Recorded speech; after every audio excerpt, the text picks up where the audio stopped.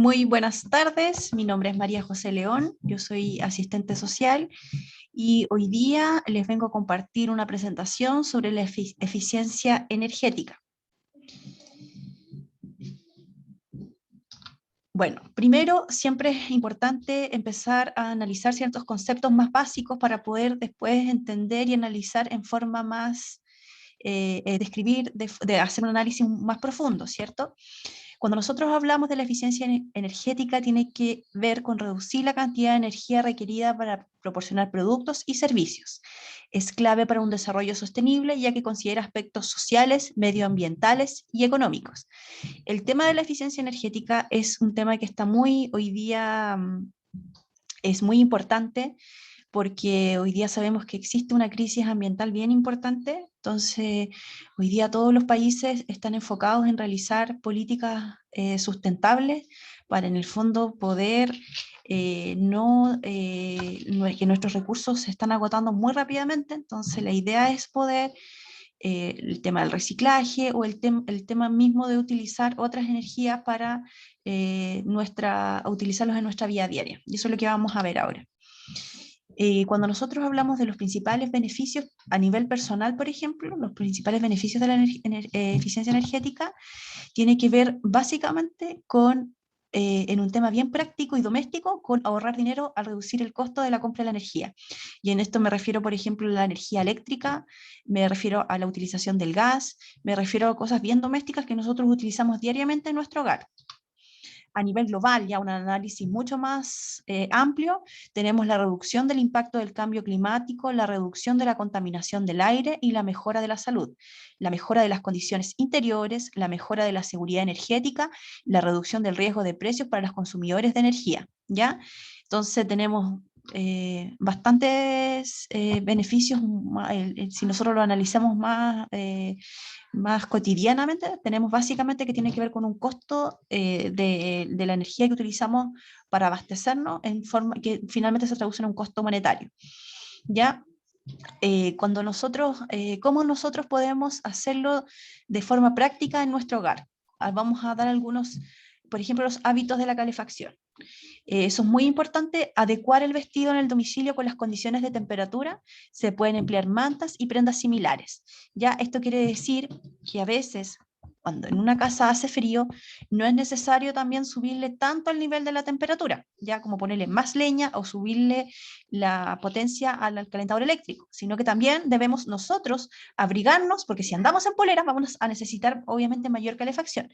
Entonces, estos son pequeños cambios que nosotros deberíamos ir interiorizando en nuestros hábitos domésticos para poder hacer un aporte finalmente con esta energía que estamos utilizando para calefaccionarnos, pero además básicamente también tiene que ver con un beneficio económico como lo vimos anteriormente.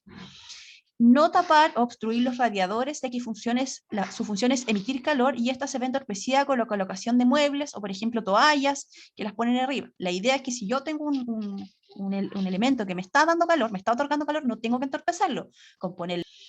Vigilar el aislamiento de las habitaciones, impidiendo fugas de calor o entradas de aire frío procedente de ventanas abiertas. Por eso es sumamente importante la revisión de las ventanas, de las puertas, para que el calor que nosotros generamos dentro del hogar no se filtre, ¿ya? Y eso es muy importante porque también en la medida que se nos está filtrando el calor que nosotros generamos dentro de una casa, estamos necesitando de más energía para tener más temperatura en ese hogar. En el agua caliente, por ejemplo, el empleo de agua caliente que se realiza en vivienda bajo ciertas ocasiones muy específicas puede ser en la ducha, el baño, limpiando los platos, etc. En todos aquellos se aconseja emplear agua caliente solo cuando necesite. Por ejemplo, lavar ropa no es necesario utilizar agua caliente. ¿Ya? Esto se refiere que el agua caliente es necesaria solo en ciertos aspectos. No necesariamente vamos a lavar el baño con agua caliente, lavarnos los dientes con agua caliente. La idea es optimizar el uso del gas y priorizando esto para acciones que sean necesariamente importantes la utilización del agua.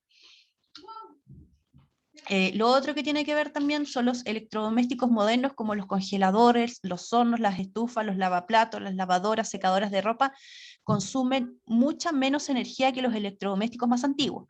La instalación de un tendedero reducirá significativamente el consumo de energía, ya que las secadoras usarán menos. Los refrigeradores actuales de eficiencia energética, por ejemplo, usan un 40% menos de energía que los modelos convencionales que, por ejemplo, existían en el 2001. ¿Ya? Hoy en día existen los electrodomésticos modernos, tienen hoy día incorporado un tema del bajo consumo.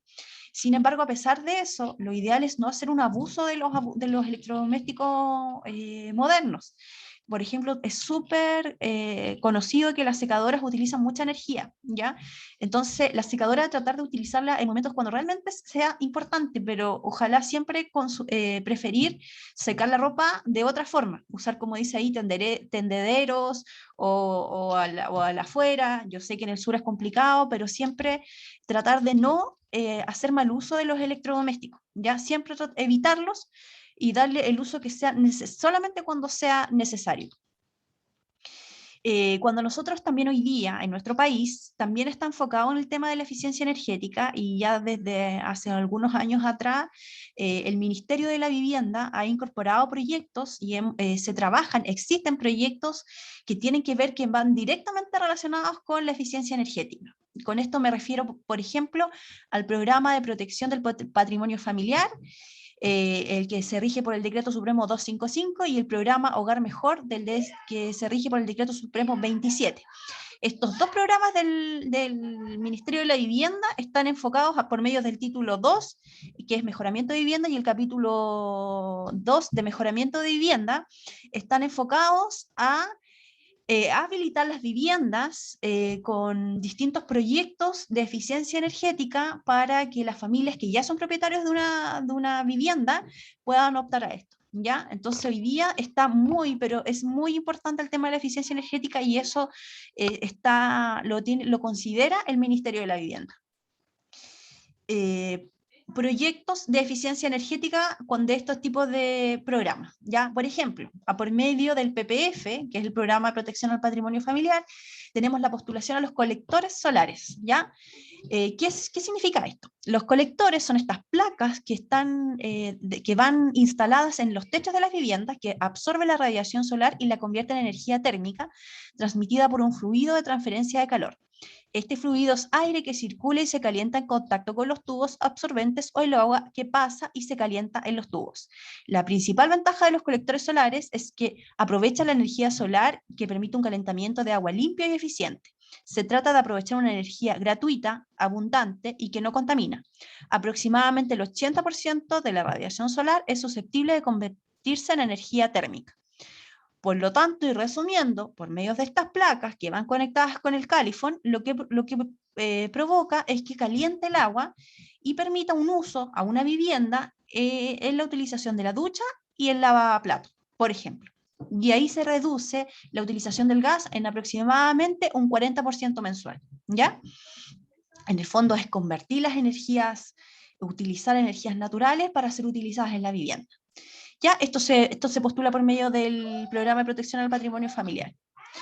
Los fotovoltaicos, este es otro programa que también va en el 255, en el PPF. También es una placa que va instalada en el techo de la vivienda y que va conectada con la caja de electricidad, y lo que provoca es que también por medio de la energía solar baje el consumo de electricidad de una vivienda. ¿Ya? En el fondo, lo que hace que utiliza la energía solar y ayuda al bajo consumo, a consumir en menor cantidad la energía eléctrica, porque tiene una conexión directa con la caja de electricidad de la vivienda. ¿Ya?